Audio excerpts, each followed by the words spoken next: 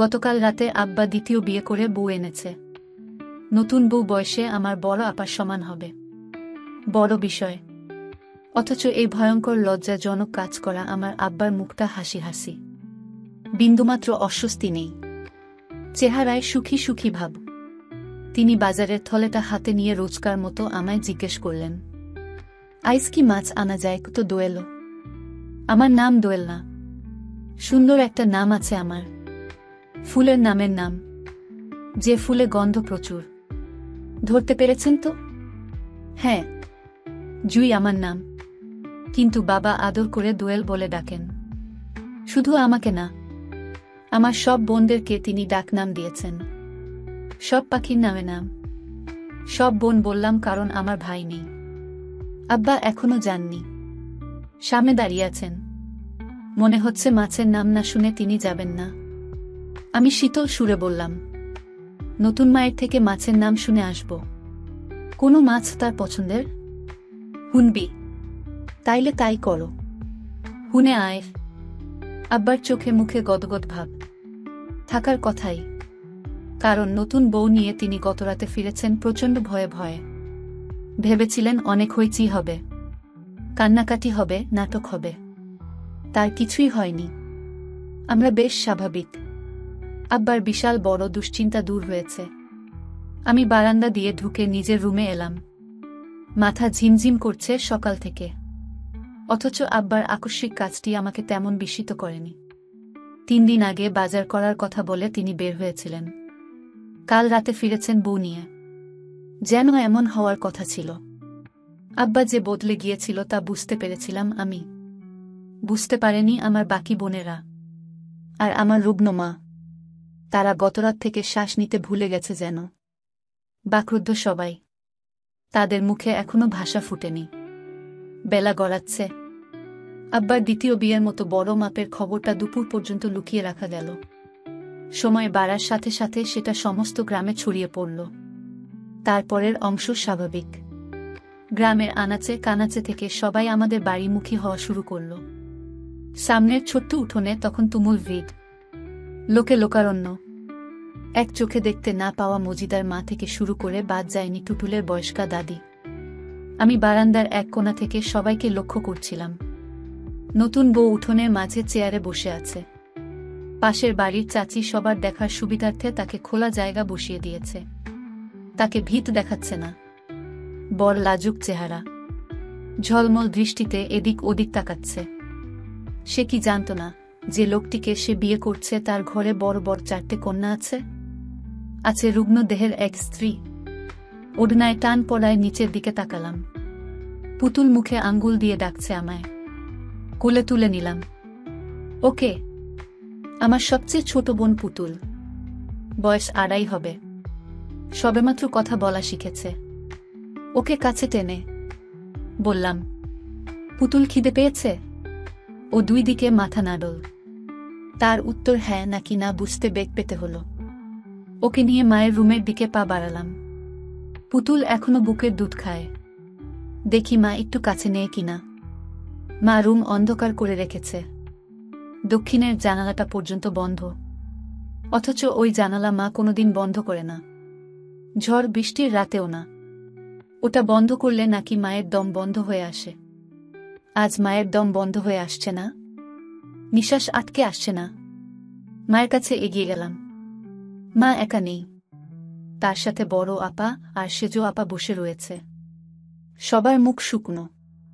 বড় আপাকে উদ্দেশ্য করে বললাম, আপা দুপুরে খাবে না? আপা আগের মতো নির্বিকার রইল। আপা অন্তঃসত্ত্বা। এখন খালি পেটে থাকা পেটের বাবুর জন্য ক্ষতিকর। আপা বুঝে না যেন। এত অবুঝ হলে হবে? সেজো আপাকে ডাক দিলাম আমি। আপাও প্রত্যুত্তর করল না। সামান্য নড়ল শুধু। সেজো আপার বিয়ে ঠিক হয়েছে। ছেলে আমাদের পাশের গ্রামের। এখন একটু সতর্ক থাকতে হবে। চেহারা সুন্দর রাখতে হবে। এত দুশ্চিন্তা করলে চলবে? বিয়ের আগের গুটি কয়েকদিন আপাকে নিজের যত্ন নিতে হবে। বিয়ের দিন যেন তাকে পৃথিবীর সবচেয়ে সুন্দর কোণে লাগে। আমার বুকে ছোট্ট একটা ভয়দানা বেঁধেছে। আব্বার দ্বিতীয় বিয়ের ঘটনা যদি পাত্রপক্ষের কানে যায়, তারা কি বিয়েটা করবে? আমি মনে মনে দোয়া করতে থাকলাম, সেজো আপার বিয়েটা যেন ভেঙে না যায়। সন্ধ্যা মিলাবে। আমি বাড়ির সামনের পুকুর পাড়ে হাঁটু মুড়ে বসে পড়লাম। শুকনো পুকুর বর্ষার জলে ভরে ওঠে। বর্ষা চলে যাওয়ার কয়েক মাসের মধ্যে শুকিয়ে মাটি বের হয়ে যায়। পানিশূন্য পুকুর আমার ভালো লাগে না। এবারে বর্ষা আসতে এত দেরি করছে কেন? সময় গড়াচ্ছে, পাখিরা নিডে ফিরছে, চারিদিকে ঝি ঝি পোকার ডাক বেড়ে চলেছে। পুকুর পাড়ে বসে থাকা অবস্থায় চারপাশে অন্ধকার ঘনিয়ে এলো। আজ অন্ধকার এত ঘন কেন? আমার মন খারাপের তীব্রতা টের পেয়েছে বুঝি। উঠোন থেকে পুতুলের কান্নার আওয়াজ ভেসে আসছে। দ্রুত উঠে দাঁড়িয়ে পড়লাম। পুকুর পাড় ছাড়ার আগ মুহূর্তে পূব দিকের বাড়িটিতে তাকালাম। সারা বাড়ি জুড়ে জ্বলে সাদা আলো জ্বলছে। আমার এপাশে এত অন্ধকার। ও বাড়িতে থাকা নিষ্ঠুর মানুষটি কি টের পাচ্ছে এ অন্ধকার? সারা বাড়ি অন্ধকারে নিমজ্জিত। বিদ্যুৎ চলে গেছে দীর্ঘক্ষণ হল। বারান্দায় বসে কাঁদছিল পুতুল। কাছে গিয়ে কোলে তুলে নিলাম। আব্বা বাজার থেকে এখনো ফেরেনি। রান্নাঘরে গিয়ে বাতি খুঁজলাম, পেয়ে গেলাম দ্রুত। দেশলাই ঠুকে জ্বালিয়ে দিলাম, কিন্তু সলতে নিভু হয়ে গেল দ্রুত। এলাকায় 2 দিন বিদ্যুৎ থাকবে না, মাইক দিয়ে ঘোষণা করে গেছে গতকাল। ঘরে চার্জার লাইট নেই, কুপিতে তেল নেই। এখন উপায়? পুতুলকে রেখে বের হলাম আমি মোড়ের মুন্সি কাকার দোকানটার দিকে। এক হাতে ছোট্ট এক প্লাস্টিকের বোতল, আরেক হাতে ময়লাযুক্ত টাকার নোট নিয়ে। হাতে 20 টাকা। টাকাটা আব্বা দিয়েছিল মাসখানেক আগে, স্কুলে যাওয়ার সময়। খরচ করা হয়নি। মাথায় লম্বা করে ওড়না টেনে এগিয়ে চলেছি আমি। পরিচিত কারো নজরে না পড়ি যেন। বিশেষ করে ওই কানিক্ষত মানুষটার সামনে তো আরও নয়। জুই। এদিক ওদিক তাকিয়ে হাঁটছিলাম দ্রুত পায়ে। আচমকা এক পুরুষ অবজব পথ আগলে দাঁড়াল। কণ্ঠস্বর কানে যেতে নিঃশ্বাস আটকে এলো আমার। রাফি ভাই। এড়িয়ে চলে যেতে ফের ডাক দিল, জুই কোথায় যাস?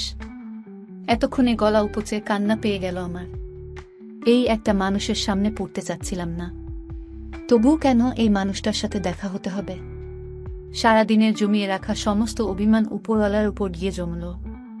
আমি ব্যথা লুকিয়ে বললাম, মোড়ের দোকানে রাফি ভাই। চারিদিক অন্ধকার হয়ে গেছে।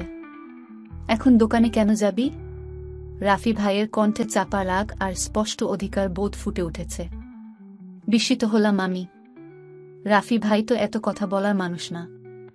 আমাকে দেখেও সারা জীবন না দেখার ভান করে চলে গেছে। আজ আগ বাড়িয়ে এত কিছু জিজ্ঞেস করছে কেন? আমার মন ভালো করার জন্য? উনি কি জানতে পেরেছেন আজ আমাদের ভীষণ দুঃখের দিন? মোড়ের দোকানে কেরোসিন তেল আনতে যাই। মাথা খারাপ। এত রাতে তোর যেতে হবে? বাড়িতে আর কেউ নাই? আমি উত্তর দিলাম না। রাফি ভাই বুঝতে পারল। বিরক্তি নিয়ে বলল, তোর আব্বা কই? বাজার থেকে ফেরেনি, মাছ কিনতে গেছে। রাফি ভাই অস্পষ্ট সুরে কিছু বলল। আমার বোধগম্য না হলেও বুঝতে পারলাম আব্বাকে গালি দিল হয়তো। এবারে হাত বাড়িয়ে দিয়ে বলল, বোতল দে, আমি তেল এনে দিচ্ছি। এখানে দাঁড়িয়ে থাক, আমি পারব। আপনার কষ্ট করতে হবে না। এক থাপ্পড় খাবি। বোতল দে। বোতল দিতে হলো না আমাকে। রাফি ভাই হাত থেকে টেনে নিল। টেনে নেওয়ার সময় হালকা যে স্পর্শ লাগলো তাতেই আমি জমে গেলাম। কোনো রকমে বললাম, টাকাটা?